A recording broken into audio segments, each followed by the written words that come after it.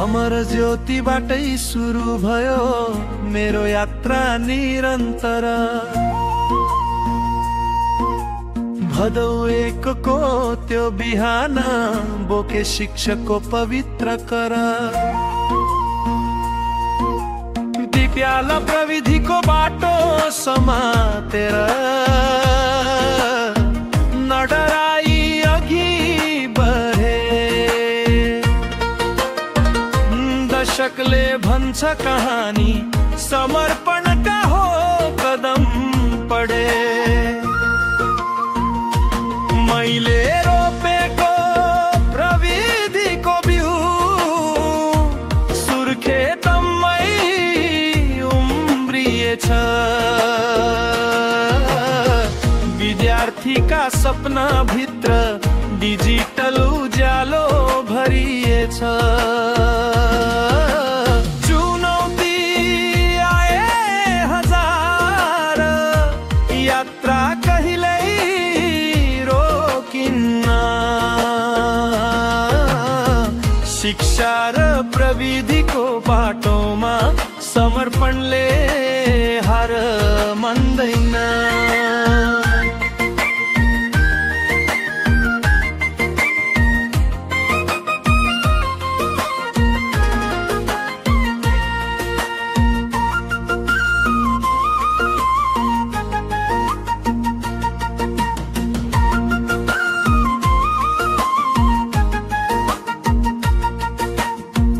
अन्ठाउन्नको कक्षामा पहिलो कम्प्युटर खोले। ऐच्छिक विषयको पानामा नयाँ संसार रोले।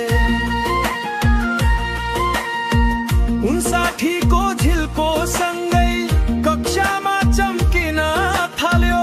विद्यालयमै कम्प्युटर शिक्षा पहिलो कदमबाट फैलियो।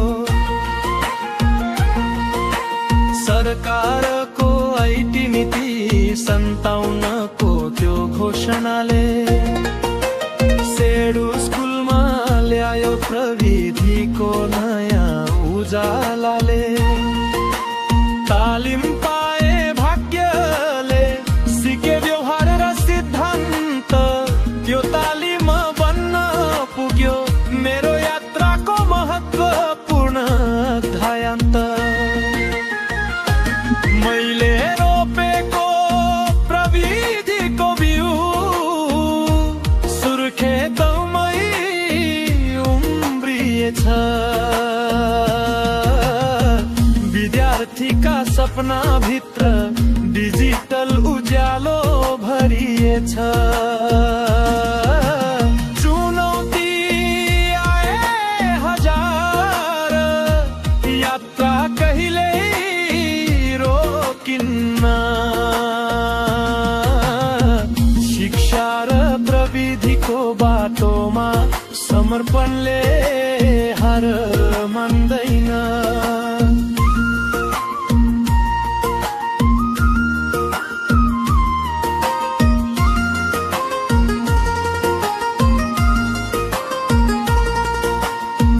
निरन्तर सिकाइमै बसे, समयसँगै अपग्रेड भए। गभर्नेन्सको ज्ञान लिएर डिजिटल ज्ञानले समृद्ध भए। 11 को कक्षामा कोड र लजिक सिकाए। नयाँ पुस्तालाई सूचना र विधिको बाटो देखाउन पुगे।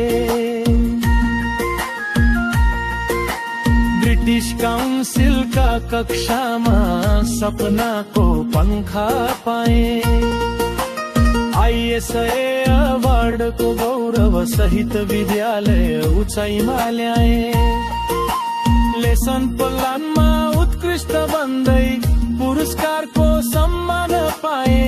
टिमवर्क र नेतृत्व लिएर अन्तर्राष्ट्रिय ढोका बजाए। ICT संयोजक बनिकन स्मार्ट क्लास चलाए। 6-7 को कक्षामा प्रविधिको चमकिलो ज्योति जलाए। नगरमा आइसिटी प्रशिक्षक महामारीमा यो हात बढाए। 100 शिक्षकका मनभित्र अनलाइन सिकाइ रोपिदिए। मैले रोपेको प्रविधिको बिउ सुर्खेको उम्रिएछ। विद्यार्थीका सपना भित्र डिजिटल उज्यालो भरिएछ। चुनौती आए हजार, यात्रा कहिल्यै रोकिन्न। शिक्षा र प्रविधिको बाटोमा समर्पणले हार मान्दैन।